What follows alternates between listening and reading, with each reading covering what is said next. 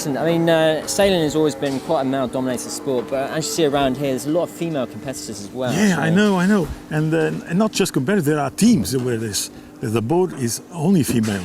So I think it's great because it's no longer a sort of a male-only event. So you can come with your girlfriend or your friend or your wife and enjoy the regatta. It makes it much better, sort of a family event. And again, the good thing is very competitive. Yeah. Oh yeah. Because the boat it's not so sophisticated and so difficult to sail.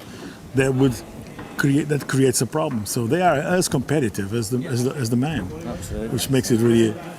I don't know how much the men enjoy being beaten by a bunch of girls, but I think it's great for the class and it works because we've seen more and more of them. It's really interesting. And even, for example, in the Mediterranean countries where it's even normally more male-dominated, there's rapidly appearing teams of girls. So it's very interesting how it sort of caught on. Absolutely. Looking at the tactic, electronics, the electronic compass on board, did you have a lot of input into that? Or was that just something they... No, that was something, in fairness, was something that the manufacturer was already sort of working on. Right. But and of course he was looking at not just us but all the other people. But it suits the boat perfectly. Sure. And they made a nice little detail now for the cell, the photo cell to be located nicely in the boat and stuff like that. So, but that's a standard piece of equipment. Sure. Obviously that you can buy. Yeah. Is there any part of that they come back with a design at the moment that's that they're trying to work on, or is no? I think at the moment it's pretty stable. Good, yeah. We sort of most of it's been sorted at the beginning, so there's very little that's going on now really. So the weight's now been structured, so you've got to be within a certain weight. So was that part of your design? Well, obviously, being one design, the idea is that everybody competes with the same equipment. So it was obviously important that they're all the same weight. It's true to say that we didn't quite expect so much attention to be given to that because, we're a bit surprised how competitive the whole class has become. And the more competitive the class becomes, the more careful you have to be to make sure the boats are the same. And therefore, the pressure comes on to do this and to weigh the boats and to make sure everybody knows that they're sailing with a boat exactly the same as your neighbor, and otherwise you can't concentrate on the sailing. So that's very important. And I think in this championship they've weighed everybody. I think 127 boats were weighed already yesterday and the day before. Yeah, so everybody will be sailing exactly as a one design as they should. Brilliant. Which is very important. Absolutely. It's very important. So talking about the designer boat, we were talking about the actual upper wind strength as well. So how did you base that? Well, base like the kind of wind range. Yeah. Basically, what we wanted to do first of all was to test the boat to see up to what speed was it easy to sail. Right. So in other words, the extent of our performance profile, how far up the wind range did it get to. Sure. When we first started, I remember that the boat got a little tricky around the 24 knots.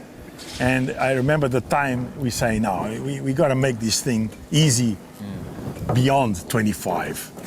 As a sort of a nice number. Absolutely, yeah. So in the end, we changed a little bit the volume distribution, especially because obviously as you go faster and faster downwind, you need different dynamics to the boat. So we ended up with, I reckon, 29 knots true is the kind of, beyond that it gets, harder to sail. Sure. And but as you can see from the shape, it is a very simple shape. You don't have the usual kind of chines like you see in some of the lighter, more planing orientated dinghies. Yeah. So it's still a round bilge boat with minimal wetted surface.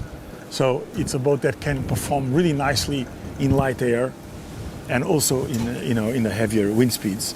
Yeah. And as I said before, the design was not made for speed. It was designed to let us have a certain style of sailing and a certain capability. That was the sort of the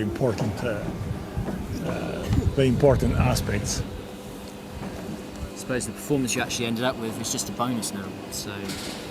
Well, to be honest, because we did do all this prototype testing, we kind of knew exactly what we were going to get. And as I said earlier, we changed the boat a little bit just to make it easier right up to 29 knots through.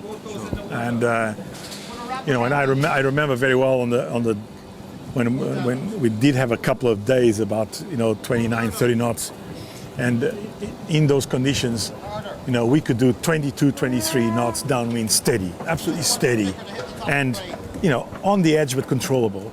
Of course, if there is very nasty wave conditions or more wind, at some point the boat will become harder to. Sure. It's only normal. Absolutely. But it is nice that you can take it out in that much wind and feel reasonably comfortable that the boat it's not a wild, uncontrollable boat. Yeah, sure. And it has a wide and a nice range of performance from the light air to the heavy air.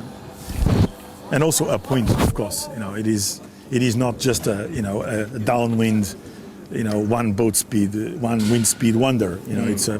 It's supposed to be a boat that you can enjoy in a variety of wind conditions and perform well against other kind of boats. Sure. In both in light air as well as in more wind. So that's, I think, part of the success really.